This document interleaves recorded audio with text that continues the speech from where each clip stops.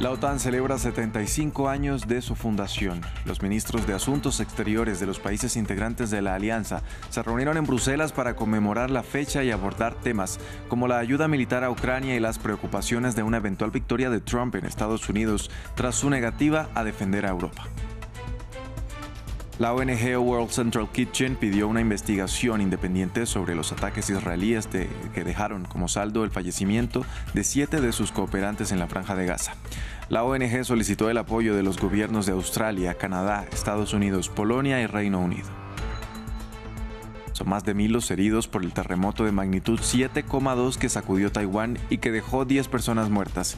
Equipos de emergencia trabajan en el rescate de quienes quedaron atrapados, mientras persiste el temor sobre réplicas que puedan terminar de derrumbar edificaciones afectadas. Hola, ¿qué tal? Bienvenidos a una nueva emisión de Noticias en France 24. Los saluda Andrés Mesa Muñoz. Iniciamos en Bruselas. Allí los cancilleres de la OTAN llevan a cabo la segunda jornada de la cumbre con la que conmemoran los 75 años de la fundación de la alianza militar. Durante la ceremonia, el secretario general Jens Stoltenberg hizo un llamado a la unidad de la organización, especialmente entre Estados Unidos y Europa. Para Stoltenberg, juntos son más fuertes para enfrentar las amenazas contra la alianza, entre ellas el poderío militar ruso y su invasión a Ucrania. Justamente durante la jornada se llevó a cabo una reunión con el canciller ucraniano donde se discutió las vías en las que la organización continuará ayudando a Kiev, tema principal de la próxima cumbre que se celebrará en Washington el próximo mes de julio.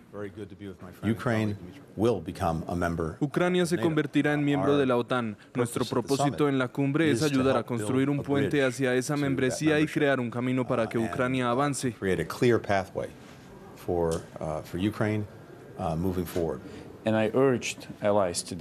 Insté hoy a los aliados a proporcionar a Ucrania nuevos sistemas adicionales de defensa aérea, el mejor de los cuales es el sistema Patriot. Este es el único sistema que intercepta eficazmente los misiles balísticos. En el marco de esta conmemoración, las relaciones entre la Alianza del Tratado del Atlántico Norte y Rusia parecen incluso peores ahora que cuando se firmó para contrarrestar la amenaza de la Unión Soviética y durante la posterior Guerra Fría. La organización pasó de ser señalada por Emmanuel Macron de sufrir una especie de muerte cerebral a recuperar y ampliar su influencia tras la ofensiva rusa en Ucrania. Cuando se creó la alianza el 4 de abril de 1949, los 12 miembros fundadores de la OTAN esperaban contrarrestar la amenaza de la expansión de la Rusia soviética de posguerra en Europa. Consultarse mutuamente cuando el territorio de cualquiera de ellos se ve amenazado y acudir en ayuda de cualquiera de ellos que pueda ser atacado. Ese principio, consagrado en el artículo 5, significa que un ataque armado contra un miembro de la OTAN se considera un ataque contra todos ellos.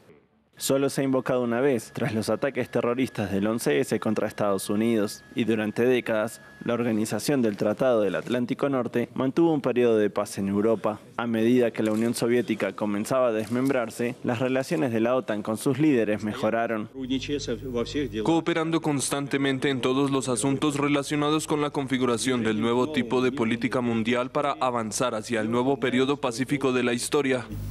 Sin embargo, esa relación no iba a durar, ya que los países de Europa del Este se deshicieron de los grilletes del dominio soviético y optaron por entrar en la alianza política y militar en la década de 1990 y principio de los 2000. Esto reavivó la ira de Rusia, cuyos líderes consideraron que iba en contra del espíritu de la apertura postsoviética. La OTAN siguió actuando según la lógica de la Guerra Fría. No siguieron la lógica del nuevo pensamiento que pedía Mikhail Gorbachev. La OTAN cuenta ahora con 32 Estados miembros. Los últimos, Finlandia y Suecia, se unieron en el último año, impulsados por la invasión a gran escala de Ucrania por parte de Rusia.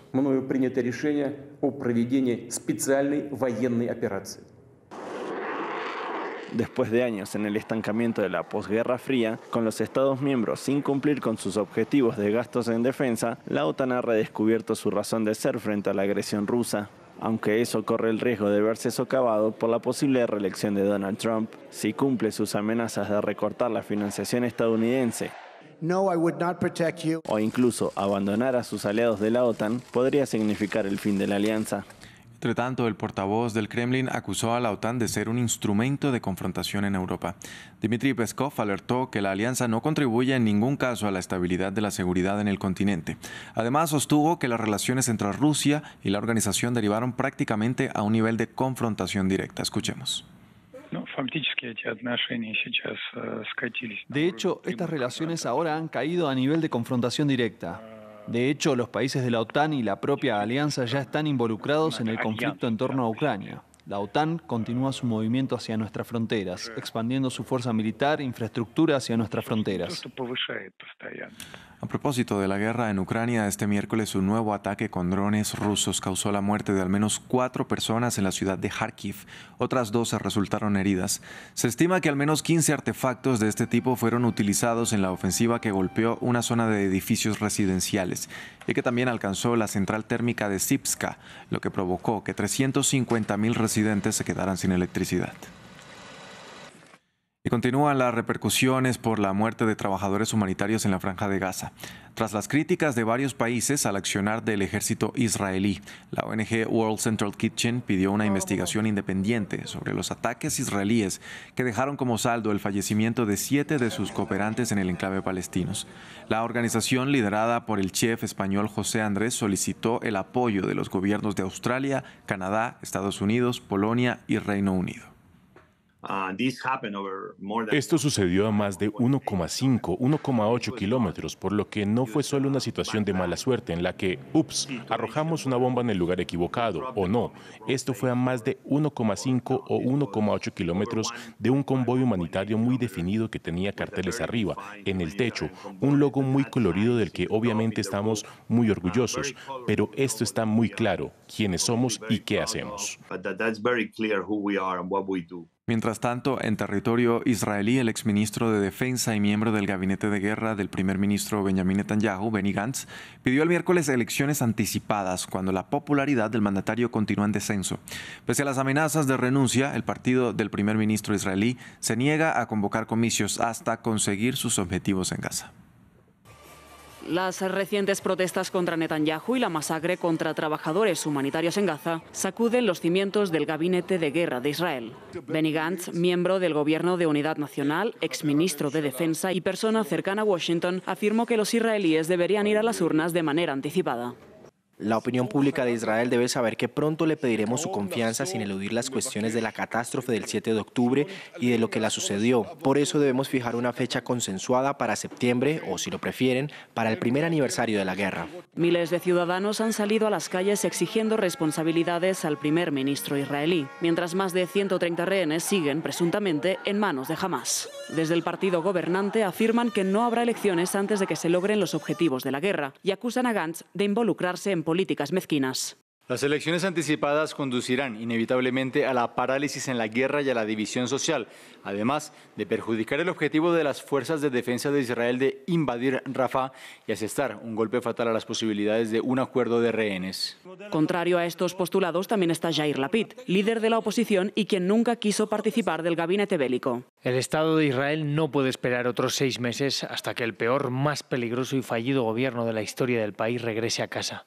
Desde la conformación del gobierno en octubre de 2022, el ejecutivo de Benjamin Netanyahu ha estado inmerso en diversas polémicas, por nombrar a ministros de extrema derecha y por promover, entre otras cosas, una reforma judicial para concentrar su poder y limitar la influencia de la Corte Suprema. Un extremo que también sacó a miles de israelíes a las calles y que se podría sumar a la pérdida de popularidad del premier a 6 meses de la guerra. Pasamos ahora a Taiwán. Ya son más de 1.000 los heridos por el terremoto de magnitud 7,2 que sacudió la isla este martes. Las autoridades continúan las labores de rescate de personas que han quedado atrapadas en túneles de carreteras, mientras en Taipei los residentes continúan durmiendo al aire libre por miedo a las réplicas que podrían seguir durante los próximos días. Desde Beijing, nuestro corresponsal Adrián Foncillas con los detalles. Los bomberos se afanan hoy en rescatar a los que permanecen aislados tras el seísmo que castigó ayer la costa oriental de Taiwán, mientras se suceden las réplicas sin descanso. Los heridos superan ya el 1.000.000 y hay cientos de personas atrapadas, según la Agencia Nacional de Bomberos. Muchas de ellas continúan encerradas en minas y en los túneles que discurren por las sinuosas carreteras del litoral que conducen a Hualien, una zona escarpada y famosa por los parajes naturales que atraen al turismo. Los vecinos han descrito que el seísmo provocó la caída de rocas y pedruscos desde las laderas de las montañas, lo que causó la mayoría de las muertes. Muchos han dormido en tiendas de campaña o en colegios habilitados por el miedo a las réplicas que, según las agencias sismólogas, se alargarán aún durante varios días. El seísmo ha dejado imágenes de destrucción que contrastan con el bajísimo número de muertes. No es una casualidad ni producto de la suerte, sino el éxito de uno de los sistemas antiseísmos más perfeccionados del mundo. Nació tras una tragedia, el terremoto de 1999, que dejó casi 2.500 muertos y que desnudó la falta de preparación y generó críticas al gobierno. A partir de ahí, todo cambió. Los edificios pasan por rigurosas revisiones para acreditar su resistencia a los temblores. También se enseña a los niños a cómo reaccionar ante un seísmo, con frecuentes ejercicios de simulación tanto en escuelas como en los lugares de trabajo. Y además, el gobierno ha diseñado un sistema de alertas inmediatas que llegan a los teléfonos de los taiwaneses o son sobreimpresionados en los programas televisivos. Taiwán está situada sobre dos placas tectónicas en el llamado Anillo de Fuego del Pacífico, una de las zonas de más actividad sísmica del planeta. Cada año México presenta hospitales estatales entre los mejores del mundo, según la revista Newsweek, pero no es casualidad que sean solamente hospitales capitalinos. Sin embargo, en el Estado de México, el 44% de los habitantes está sin acceso a servicio de salud pública, de acuerdo con un informe de 2024 de la Secretaría del Bienestar. Nuestra corresponsal Aurora Bayut nos trae la historia. Desde 2020, el presidente de México prometió la atención médica gratuita en hospitales federales. En los hechos, Lucero Garcés no se beneficia de este sistema por vivir fuera de la capital. Llegamos al hospital, me dicen que no me podían hacer el legrado porque no tenían camillas. Que si quería hacérmelo era bajo mi responsabilidad y firmando papeles que me lo iban a hacer en una silla. Lucero estaba embarazada de 3 meses cuando acudió al Hospital Público de Ecatepec, que limita con la Ciudad de México. Entre fuertes dolores, perdió a un primer feto. Viendo que no la atendían correctamente, se trasladó a una clínica en la capital, donde le informaron de la muerte de un segundo feto por falta de atención oportuna. Te queda toda esa secuela del qué pude hacer, de que no se me muriera el segundo bebé y lo perdí, por estar en el mismo hospital esperando el servicio que me ofrecieran.